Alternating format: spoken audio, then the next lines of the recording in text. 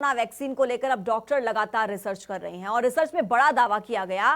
Gastroenterology विभाग के head doctor Praveen Malhotra ने कहा है कि हेपेटाइटिस की दवा लेने वाले लोगों पर यह दवाई का असर हो रहा है और साथ ही हेपेटाइटिस दवा कोरोना को भी काबू करने में मददगार साबित होगी। डॉक्टर प्रवीण मल्होत्रा ने बताया है कि 5 महीने तक 1,500 मरीजों की रिसर्च की गई और अब बड़े स्तर पर ट्रायल की भी अनुमति मांगी गई है।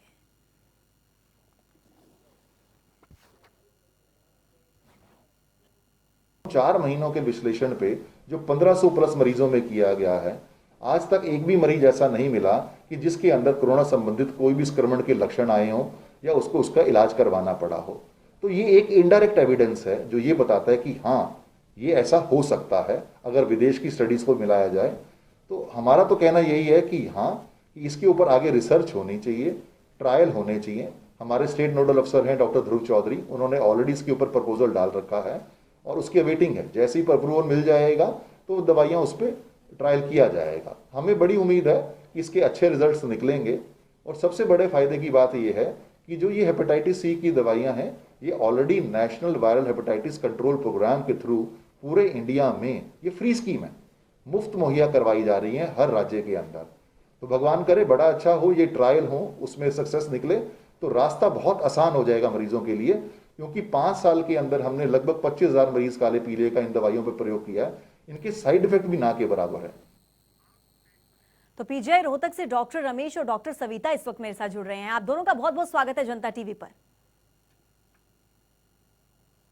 डॉक्टर रमेश, मेरी आवाज आप तक पहुंच पा रही है? आ रही हाँ जी मैडम आ रही। डॉक्टर सविता भी मेरे साथ जुड़ी हुई हैं। आप दोनों का बहुत बहुत स्वागत है जनता टीवी पर। सबसे पहले बहुत बड़ा दावा पीजीआई रोहतक की तरफ से किया गया है। 5 महीने तक 1,500 मरीजों पर रिसर्च की गई। मैं चाहूंगी आप पूरी इस बात की जानकारी हमारे दर्शकों तक पहुंचाएं। हाँ जी, ये प्रपोजल जो है ये 3 महीने से चल रहा है। जैसा कि डॉक्टर प्रवीण ने कहा कि डॉक्टर ध्रुव ने ये प्रपोजल बनाया था। डॉक्टर सविता, आपकी आवाज हम तक क्लियर नहीं पहुंच पा रही है। मैं चाहूंगी एक एक करके मैं आपके पास आऊं। सबसे पहले डॉक्टर सविता, आप ही से मैं बात करूंगी। आप बताएं दर्शकों को कि किस तरीके की रिसर्च आपने की जिसमें ये पता लगा कि जो हेपेटाइटिस की दवाई ले रहे हैं उन पर कोरोना का कोई भी असर नहीं हो रहा। डॉक्टर सविता। हाँ जी, जैसा डॉक्टर प्रवीण ने बताया कि सर्वे में तो ये पता गया है कि जिन मरीजों को ये दवाई दी जा रही है हेपेटाइटिस सी की, उनको कोरोना नहीं हो रहा। तो इसके पीछे साइंटिफिक बेसिस भी है। डॉक्टर सविता आपके पास मैं वापस लौटती हूँ। आवाज आपकी क्लियर नहीं पहुंच पा रही है। हम तक वापस आपके पास लौटूंगी। डॉक्टर रमेश वर्मा, सेम सवाल आपसे है मेरा कि किस तरीके की रिसर्च आपने की है जिसमें यह दावा किया गया कि हेपेटाइटिस की दवाई लेने वालों को कोरोना का असर नहीं हो रहा? ये जो रिसर्च डॉक्टर प्रवीण मल्होत्रा ने की है, इन्होंने 4 महीने तक अपनी जो हेपेटाइटिस बी की जो दवाई आती है उन लोगों को दी है और ये देखा गया है कि उन मरीजों के अंदर कोरोना का इन्फेक्शन नहीं हुआ है। जैसे कि डॉक्टर प्रवीण मल्होत्रा ने बोला है कि और भी ट्रायल करने की जरूरत है और भी रिसर्च आगे करने की जरूरत है और हमारे हिसाब से भी और रिसर्च होनी चाहिए ताकि पता लगे क्या ये जो दवाई हेपेटाइटिस बी की जो हम देते हैं क्या कोरोना के अंदर कारागार है या नहीं। जी डॉक्टर, इसके साथ हम पीजीआई के अंदर कारण है मैडम एक ट्रायल कर रहे हैं, वैक्सीन ट्रायल कर रहे हैं कोवैक्सीन के नाम से।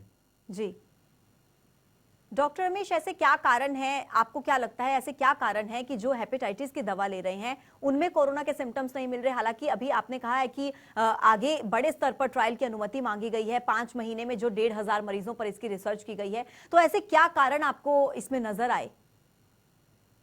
मैडम, जैसे कि आपको पता है कि हेपेटाइटिस बी जो है वो वायरल इन्फेक्शन होता है जी। और कोई भी जो एंटीवायरल ड्रग्स होती है वो किसी भी वायरस के ऊपर इफेक्ट कर सकती है।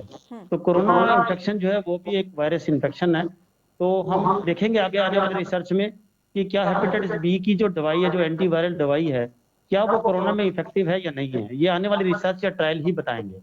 जी डॉक्टर सविता, आप तक मेरी आवाज अब पहुंच पा रही है? हाँ जी। जी हाँ जी, आपको आ रही है? जी डॉक्टर सविता, देखिए आगे रिसर्च का दायरा बढ़ाया जाएगा, तो कितना बढ़ाया जाएगा इस रिसर्च के दायरे को? क्या जो है आपने अभी अनुमति मांगी है, कितनी रिसर्च की? मैं आपको भी इसका पहले बैकग्राउंड दे देती हूँ। जैसे आपने रेमडेसिविर का नाम सुना है, जो अप्रूव हो गई है इंडिया में भी कोविड पेशेंट्स के लिए।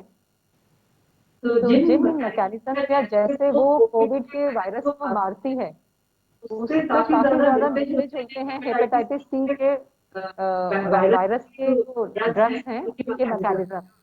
डॉक्टर तो सविता, इसी से डॉक्टर सविता माफ कीजिएगा, आपको रोकना पड़ेगा क्योंकि आवाज बिल्कुल भी क्लियर नहीं पहुंच पा रही है, ऐसे समझ नहीं पाएंगे दर्शक भी। फिलहाल आपका बहुत बहुत शुक्रिया तमाम जानकारी हम तक पहुंचाने के लिए। तो बहुत बड़ा दावा ये किया गया है पीजीआई रोहतक की तरफ से कि जिनको हेपेटाइटिस की दवा जो ले रहे हैं उनमें कोरोना का कोई भी असर नहीं देखा गया है। तो कोरोना को लेकर ये बहुत ज्यादा राहत भरी खबर हो सकती है अगर वाकई ऐसा है तो रिसर्च फिलहाल की गई है, हेपेटाइटिस दवा कोरोना में कारगर है ऐसा रिसर्च में सामने आया है। फिलहाल इस रिसर्च के दायरे को बढ़ाया जाएगा।